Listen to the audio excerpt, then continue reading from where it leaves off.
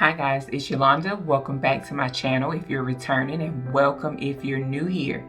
Today's Wisdom Wednesday is all about the providence of God, foreseeing, God making all events work together for your good according to His purposes.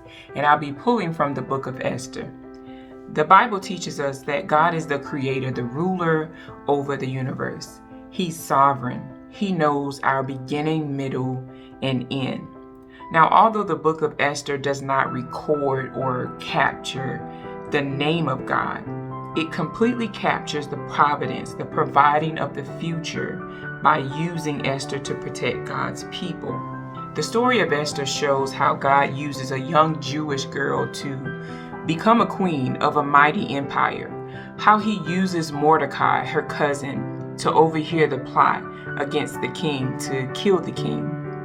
It is important to note that this illustrates how God uses events and people to fulfill His promise to His chosen people.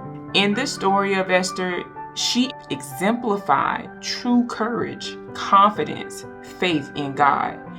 It truly shows how God works behind the scenes through Queen Esther and her cousin Mordecai to save the Jews who were on the verge of extermination. It shows how all things work together for good to those who love the Lord. And it also shows that promotion comes from God. After the king read the scrolls of deeds, he found that Mordecai was the reason of him being notified of the plot against his life.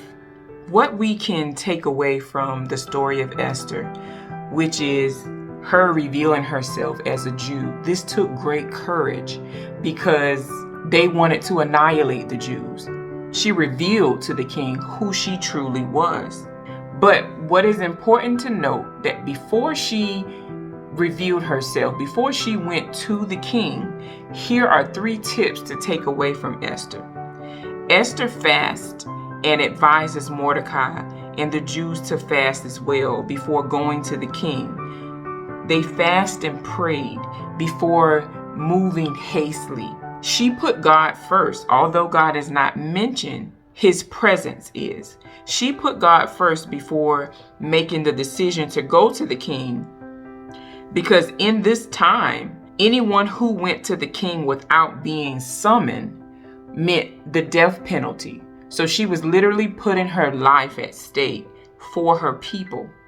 But she first put God first in praying and fasting. And then she doesn't act hastily, meaning although she had a tough decision to make, she wasn't rash in her decision making. She executed every action in a specific time. And in doing so, she was victorious for this. What we learn from Esther is that God placed her in a specific time, in a specific place, for a specific reason. There was a divine purpose for the decisions, the details that were documented, but it doesn't become apparent until the end. God brought about all these events and placed these people to save the Jews. Mordecai being promoted because of his good deeds. This promotion that came only from God.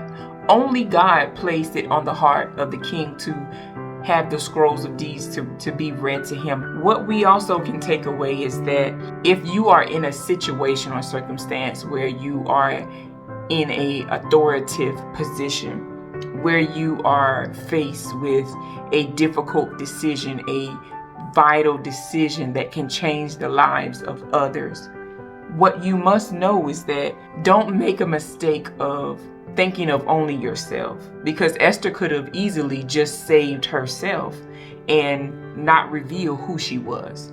She could have easily made rash decisions and let the people, the Jewish people, being annihilated. But she chooses to go beyond herself in courage and faith, in confidence in God.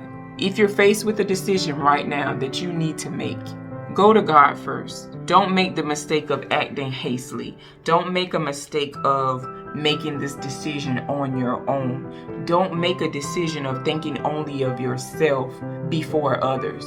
Remember, God is foreseeing, and everything works for good according to His plan, His purposes.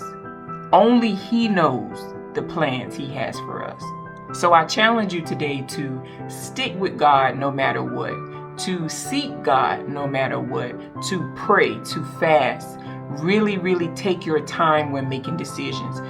Despite our circumstances, our situation, let us have the courage of Esther. Let us have the confidence of Esther.